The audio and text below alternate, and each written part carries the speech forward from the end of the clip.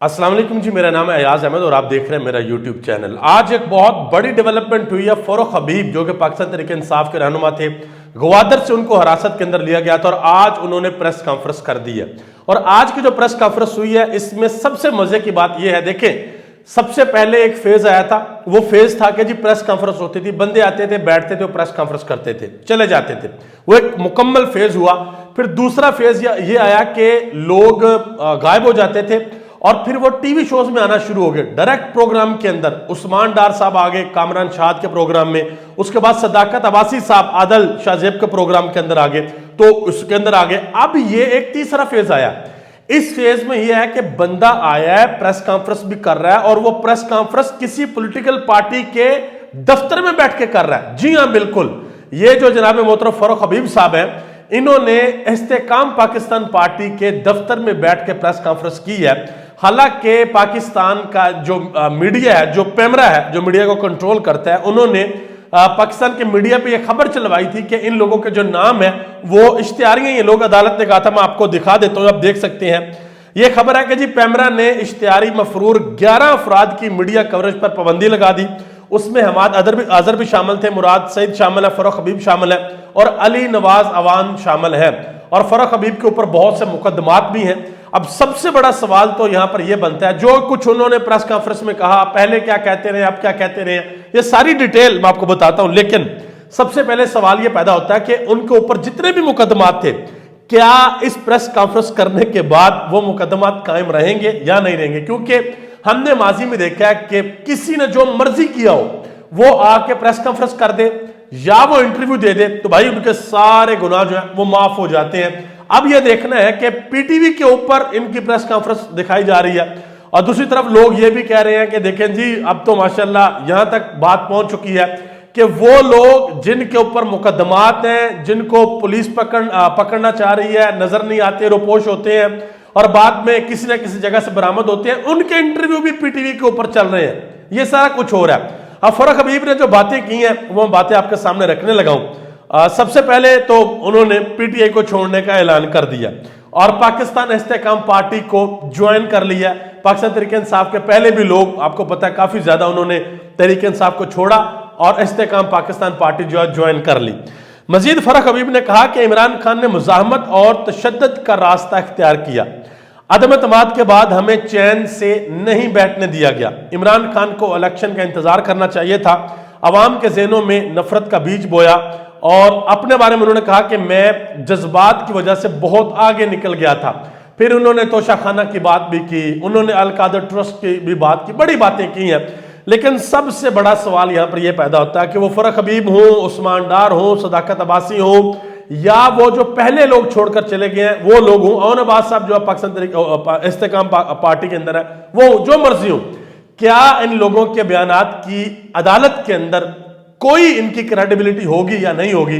तो इसका सादा सा जवाब है जो पाकिस्तान तहरीक इंसाफ के वकला देते हैं। उन्होंने कहा जी इन बयानात की उस कागज जितनी भी हैसियत नहीं है जिस कागज में पकोड़े बेचने वाला पकोड़े बेचता है, वो भी हैसियत नहीं है। क्योंकि आपने इस तरह का कोई बयान देना है तो आप जिस शख्स के बारे में बयान दे रहे हैं उसके रूबरू बैठ के अपने बयान देना होता है, जो कि आप ऐसा नहीं कर रहे।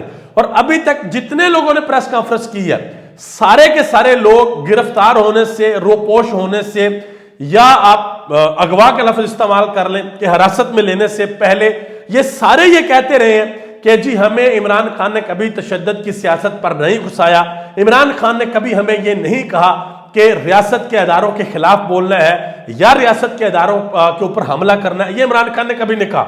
और अभी हाल में तो एक और कंपेन चली थी। वो कंपेन ये चली थी कि पाकिस्तान तहरीक इंसाफ के वो रहनुमा जिनको ये डर था कि भाई हमें उठा लिया जाएगा या हम गायब हो जाएंगे या गिरफ्तार कर लिया जाएगा, उसके बाद पता नहीं हमारे साथ क्या होना है, ये स्पेशली उस्मान डार के इंटरव्यू के बाद ये काम हुआ। तो सबने क्या किया, उन्होंने कुरान पाक के ऊपर हलफ लिया, हाथ रखा और यह कहा कि इमरान खान ने हमें कभी ऐसा गलत काम करने के लिए नहीं कहा। आप यकीन करें, यह इमरान खान की 27 साल की जदोजहद है कि लोग उसके लिए, वो खुद बैठा हुआ डेला जेल के अंदर, लेकिन लोग उसका नाम लेकर कुरान पाक के ऊपर हलफ ले रहे हैं कि उस बंदे ने हमें कोई कभी गलत काम करने के लिए नहीं कहा। अब फारूक हबीब साहब ने यह जो सारा कुछ कहा है, अब देखना यह है कि ان کی کیا کریڈیبلٹی ہے. پہلے یہ کچھ اور کہتے رہے اغوا ہونے سے پہلے, بعد میں کچھ اور کہتے رہے. میں ان کا کوئی ایک دو ٹویٹ ہے وہ بھی میں آپ کو یہاں پہ دکھا دیتا ہوں. پہلے میں شفا یوسف زئی کا ایک ٹویٹ آپ کو دکھاتا ہوں. انہوں نے ایک ٹویٹ کیا, کہتی ہیں کہ یہ جو سارے آتے ہیں پریس کانفرنس کرتے ہیں اور لوگوں کو یہ لگتا ہے کہ جی عمران خان کی مقبولیت کم ہو جائے گی. عمران خان کی مقبولیت کم نہیں ہوگی. انہوں نے کہا کہ عمران خان بھی اگر آ کر پریس کانفرنس کر کے پی ٹی آئی کو چھوڑنے کا اعلان کر دے اور استحکام پاکستان پارٹی میں شمولیت اختیار کرنے کا اعلان کر دے تو تب بھی کوئی نہیں مانے گا, تب بھی عمران خان کی مقبولیت میں کسی قسم کی کوئی کمی نہیں آئے گی. اور اس وقت دیکھیں جتنی بھی سیاسی جماعتیں ان سب کا بڑا مسئلہ کیا, رونا کیا ان کا, رونا ان کا یہ ہے کہ جی ہم الیکشن میں نہیں جانا چاہتے کیونکہ پاکستان کی عوام کا بڑا حصہ جو ہے وہ عمران خان کے پیچھے لگا ہوا ہے. اور راجہ ریاض صاحب نے تو یہاں تک کہہ دیا کہ عمران خان نے جادو کیا وہ لوگوں کے اوپر جو لوگ عمران خان کے پیچھے ہیں, چھوٹے چھوٹے بچے, اسکول کے بچے, نوجوان, بوڑھے, اس قوم کی ماں بیٹیاں بہنیں سب عمران خان کے پیچھے ہیں کیونکہ عمران خان نے ان کے اوپر کسی قسم کا کوئی جادو کیا ہوا ہے. بہرحال یہ تو الیکشن والے دن پتہ چلے گا کہ کیا جادو کیا ہوا کیا نہیں کیا ہوا. یہ فاروق حبیب کا ایک ٹویٹ آپ کے سامنے رکھنے لگا ہوں. یہ لمبا چوڑا انہوں نے ٹویٹ لکھا ہوا ہے جس میں انہوں نے کہا ہوا ہے جی پاکستان تحریک انصاف ایسی جماعت نہیں ہے جو کہ تشدد کے اوپر یقین رکھتی ہے. 27 سالہ جدوجہد میں ہم نے کبھی تشدد والی کارروائیوں میں اور گراؤ جلاؤ نہیں کیا اور نہ ہی کبھی ان کی حمایت کی ہے. پھر انہوں نے 9 مئی کا کہا کہ عمران خان کو کمرہ عدالت سے گرفتار کیا گیا, کیوں ایسا کیا گیا. آخر میں انہوں نے یہ کہا کہ جتنی بھی 9 مئی والے دن انتشار ہوا, ہنگامہ رہی, جو بھی ہوا, اس سب کی آزادانہ تحقیقات ہونا ضروری ہے اور آزادانہ تحقیقات ہونے کے بعد جو بھی نام سامنے آتے ہیں پھر ان کو آپ سزا دیں, لیکن اس سے پہلے کچھ کہنا ٹھیک نہیں ہوگا. یہ لمبا چوڑا ٹویٹ انہوں نے کیا ہوا ہے. اور جس وقت عمران خان کو اٹک جیل سے اڈیالہ جیل شفٹ کیا گیا تو اس وقت بھی انہوں نے ایک ٹویٹ کیا تھا, وہ ٹویٹ آپ کے سامنے ہے. انہوں نے کہا کہ عمران خان کو جب شفٹ کیا گیا تھا تو لوگوں کو روٹ کا نہیں معلوم تھا, لیکن پھر بھی لوگوں نے پھول نشاور کیے. عمران خان کو جسمانی طور پر تو قید کر لیا لیکن حقیقی آزادی کی سوچ کو قید نہیں کیا جا سکتا.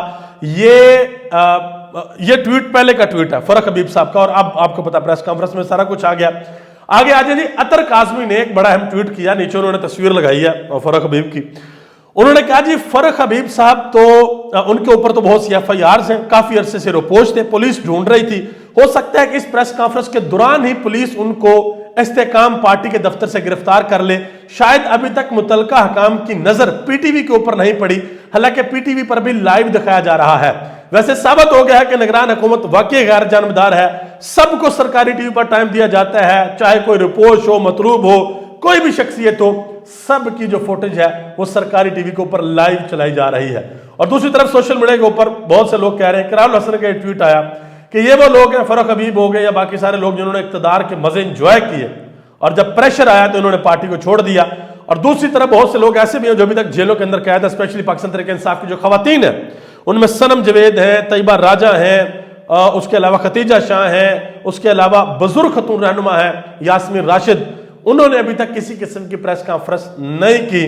اور آگے آ جائیں جی ایک اور بڑی اہم خبر ہے, وہ خبر یہ ہے کہ جناب محترم عزت مآب ہمارے ایکس پرائم منسٹر شہباز شریف صاحب نے ایک بیان دیا, اعلان کیا بلکہ, کہ اگلے الیکشن میں نواز شریف کو موقع دیا تو وعدہ کرتا ہوں ہم پاکستان کا نقشہ بدل دیں گے.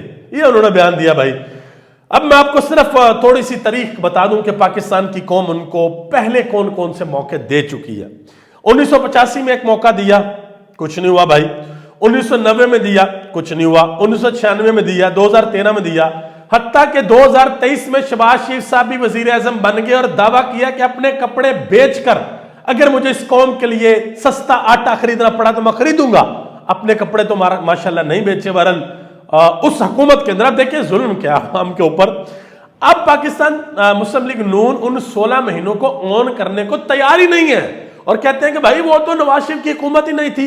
اور آپ یقین کریں, آپ ابھی ریکارڈ اٹھا کر دیکھ لیں, ہلکی سی چڑیا ادھر ادھر پر مارتی تھی تو ساری کی ساری کابینہ اٹھ کے لندن پہنچ جاتی تھی نواز شریف کے پاس کہ بھائی جان یہ ہو گیا, یہ ہو گیا, یہ ہو گیا, اب بتائیں کیا کرنا ہے. اور اس وقت کہہ رہے ہیں نہیں جی دور تو ہمارا وہ تھا 2013 سے 2018 والا. اس دور میں بھی جو آپ کی کارستانیاں تھی وہ بھی ساری پاکستانی عوام کو پتہ ہے کہ اس وقت کرنٹ ڈیفیسٹ اکاؤنٹ ہمارا کہاں پہ تھا, اس وقت ہمارے اوپر جو تجارتی خسارہ وہ کتنا تھا, ہمارے اوپر قرضہ کتنا تھا, آپ لوگوں نے قرضہ کتنا لیا. پھر پاکستان تحریک انصاف آئی اور कितने अरसे बाद उस हुकूमत में, पाकिस्तान तहरीक इंसाफ की हुकूमत में, पाकिस्तान 6% के साथ ग्रोथ कर रहा था, लेकिन फिर हुकूमत गिरा दी और 16 महीनों में शहबाज शरीफ की हुकूमत ने इतना कर्जा लिया कि जितना इमरान खान की हुकूमत ने 3.5 साल के अंदर नहीं लिया। ये सारे फैक्ट्स हैं, मैं कोई अपने से बात नहीं बता रहा, और मेरी हमेशा कोशिश होती है कि मैं अपना तज्जिया कम ही आपके सामने रखूं। जो न्यूज अपडेट और जो डेवलपमेंट्स हो रही होती हैं, मेरा मकसद ये होता है कि वो मैं आप तक पहुंचा दूं कि वो किस तरीके से होती हैं, क्योंकि लोगों ने टीवी देखना छोड़ दिया भाई, अब सारा कुछ सोशल मीडिया के ऊपर चल रहा है। तो लिहाजा ये आपका भाई आपको ये सारी अपडेट्स देता रहेगा इंशाल्लाह बफज़ल जिंदगी। आगे आ जाए, एक और खबर है, अच्छी खबर ये है कि पेट्रोल की कीमत जो है वो माशाल्लाह बड़ी नीचे आ गई है और धमाले डाली जा रही हैं। देखा, नवाज शरीफ आ रहा है, पेट्रोल कम हो गया, अच्छी बात है भाई। 150 वाला 332 पे ले गए और फिर वो नीचे आ गया, तो ये बड़ी अच्छी बात हो गई है। बहरहाल साथ ही साथ एक और बड़ी वारदात डाल दी गई है भाई। वो वारदात ये है कि गैस की कीमतों में 100% से लेकर 120% तक जो अजाफा है, उसका इम्कान है कि 100 से 120% तक अजाफा कर दिया जाएगा। आगे सर्दियां आ रही हैं, वैसे गैस तो खैर गर्मियों में भी नहीं आती, सर्दियां आ रही हैं, तो लोगों को जो बिल है वो जितना पहले आता था उससे डबल से भी ज्यादा, यानी कि डबल। पहले अगर आपको 1000 रुपये बिल आता था तो अब आएगा 2200, इस तरीके से बिल आएगा। इतनी गैस जो है वो महंगी होने के लिए जा रही है। आप सबका बहुत बहुत शुक्रिया। पाकिस्तान जिंदाबाद, पाकिस्तान के अवाम और पाकिस्तान के इदारे पाइंदाबाद।